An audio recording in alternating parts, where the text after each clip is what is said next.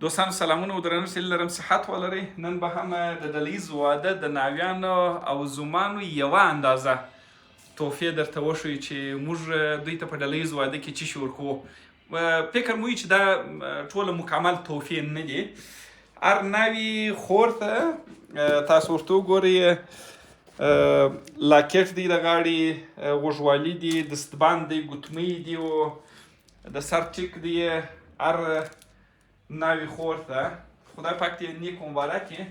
او دا هم د واده د ورځې سندل دي، هغه لوړ چپلک چې ورته وایي.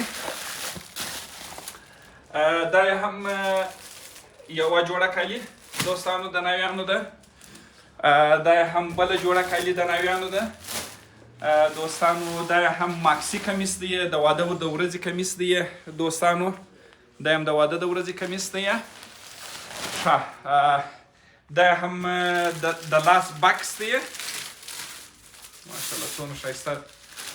دا د لاس خدای پاک دې پسې نیک مبارک و بختور کړي، په خیر دې استفاده کړي. هر ناوی زوم ته د بوس کمپنۍ یوه دانه برانډ ساعت ده. مقصد چې فکر مو وي دا ټوله تحفې نه دي، دا فقط یوه اندازه ده. دا هم د زوم د کلارک کمپنۍ بوټونه دي، د زوم د کلارک کمپنۍ، ډېر لوکس. خدای پاک دې پسې بختور کړي، په خیر دې استفاده کړي. هر ناوی زوم ته یوه دانه ترموز دی. دا هم نور کالي دي د ناویانو. او هر ناوی خور ته یوه دانه ایجاب دی په دې کې. دا دی دا دوستانو. تر ټولو مهم شی دا دی دوستانو، هر خسر ته هغه خسرانو چې مهرباني کړې ده، پر خپل زوم او پر خپل لور باندې رحم کړی دی، ولور ټول شرطونه یې بخښلي دي. لکه څنګه چې مو واده کړی وی، انشاءالله د زرهاو کسانو مخ ته به د عزت لنګوټه ورته تړو. دا مو د هغو دپاره لونګۍ ورخچینې و دا شیان مو ورته برابر کړي دي.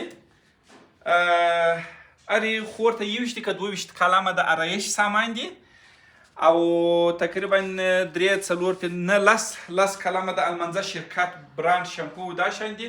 10 کلمه نوري شمپو هم دي. نو نور مکمل سامان هغه د تشناب وسایل، د اشپزخانې لوښي، او د کالو پرېمینځلو ماشین دی، قالینې دي، د خیاطۍ ماشین دی، سولر دی، کولر دی. دا ټوله شیان به بیا د خیره سره د واده په ورځ باندې درته وښیو. هیله کوم ټول ته د صحت، سلامتۍ او د خوشبختۍ دعاوې وکړئ چې الله سبحانه وتعالی دغه پیوندونه نیک، مبارک او بختور کړي.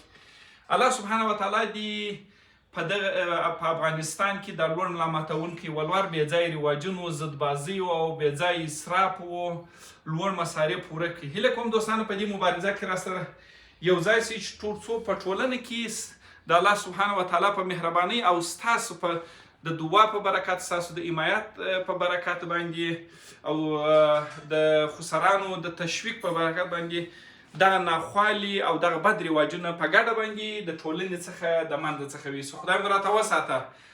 مجردان الله سبحانه وتعالی د ژوند ټول خوښي او سکون په نصیب. خدای پاک مو خپل هیلو ته ورسوه.